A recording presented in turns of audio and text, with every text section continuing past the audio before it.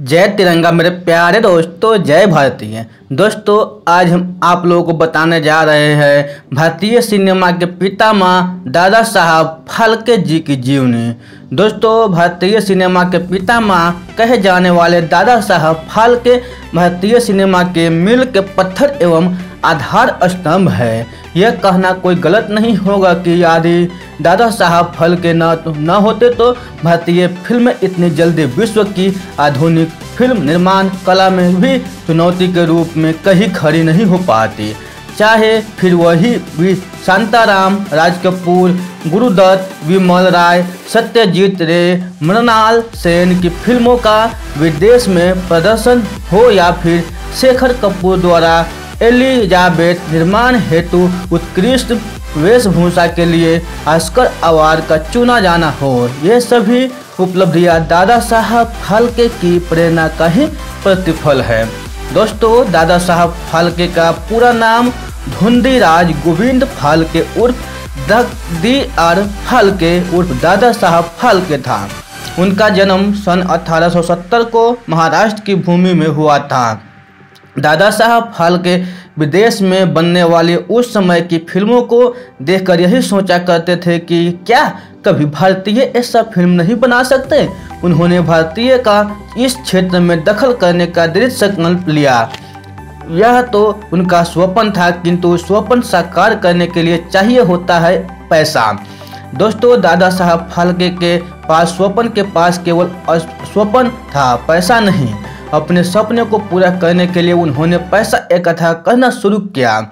इधर परिवार का खर्च चलाना मुश्किल था। पत्नी और 9 बच्चों का भरा पूरा परिवार उन्होंने ऐसे ही क्रिसमस के एक दिन the life of Christ film देखी। इस फिल्म में जब उन्होंने जीसस को देखा तो उन्होंने अपने हिंदू देवी देवताओं के चमत्कार पूर्ण लीलाओं पर फिल्म प्रारंभ करने का निश्चय किया। पत्नी ने गहने बेच डाले। दोस्तों, अब उन्हें एक स्क्रिप्ट की तलाश थी, अतः उन्होंने अपने साथ कुछ उत्साही लोगों को लेकर फाल्के फिल्म कंपनी बनाई। 1913 में राजा हरिश्चंद्र बनी हिंदी की पहली फिल्म। इस फिल्म का निर्देशन उन्होंने ही किया। इसके लिए दादा ने फोटोग्राफी सीखी, फिल्मों के सेट निर्माण की कला सीखी, रंगमंच की सारी कलाओं को फिल्मों में ढाला। कलाकारों से अभिनय करवाना, डायलॉग बुलवाना, यह सब उनके लिए बड़ा कठिन कार्य था। फिल्म वितरण कैसे किया जाता है, इसकी बारीकियां भी दादा ने सीखी।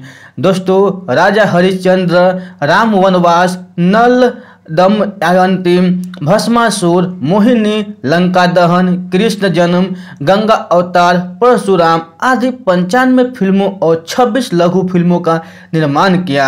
अपने 19 वर्ष के फिल्म निर्माण काल में दादा ने फिल्म के क्षेत्र में अनेक प्रयास किए। सन 1913 में उन्होंने पहली बार एक अभिनेत्री को उतारा, क्योंकि उस समय अभिनय का पेशा स्त्रियों के लिए वर्जित था। पुरुष ही महिलाओं की भूमिका निभाते थे। इसके पहले मूक फिल्में बनती थी। दोस्तों, दादा ने फिल्मों में आवाज़ दी। 1930 में उन्होंने फिल्म निर्माण का कार्य छोड़ दिया। दादा ने फिल्मों में उत्कृष्टता लाने के लिए विदेशों में जाकर कैमरे की तकनीकी, फोटोग्राफी की तकनीकी से लेकर सभी प्रकार की तकनीकों के लिए प्रशिक्षण दिलवाया। इसके लिए उन्होंने आर्थिक बोझ भी सहा। आने वाले फिल्मकारों को दादा ने सही रास्ता दिखाया। दोस्तों, दादा साहब ने पौराणिक फिल्म के चमत्कारपूर्ण दृश्यों को दिखाने के लिए फिल्मों की विषय वस्तु और ट्रिक फोटोग्राफी में काफ़ी नए परिवर्तन किए। मूक फिल्मों से बोलती फिल्मों की ओर ले जाने का श्रेय दादा साहेब फाल्के को ही जाता है। दोस्तों, दादा ने भारत की पहली स्वदेशी फीचर फिल्म का निर्माण किया। वस्तुतः वे फिल्मों के जनक हैं। उनके फिल्म क्षेत्र में अमूल्य योगदान के लिए दादा साहब फाल्के नामक पुरस्कार की घोषणा की। इस पुरस्कार को सूचना और प्रसारण मंत्रालय द्वारा भारत के राष्ट्रपति स्वयं प्रदान करते हैं। फिल्म क्षेत्र में यह सबसे बड़ा और सम्मानीय पुरस्कार है। यह पुरस्कार फिल्म क्षेत्र में सभी प्रकार के विशिष्ट और उल्लेखनीय योगदान के लिए दिया जाता है। इस पुरस्कार में 2 लाख रुपए की राशि और स्वर्ण कमल दिया जाता है।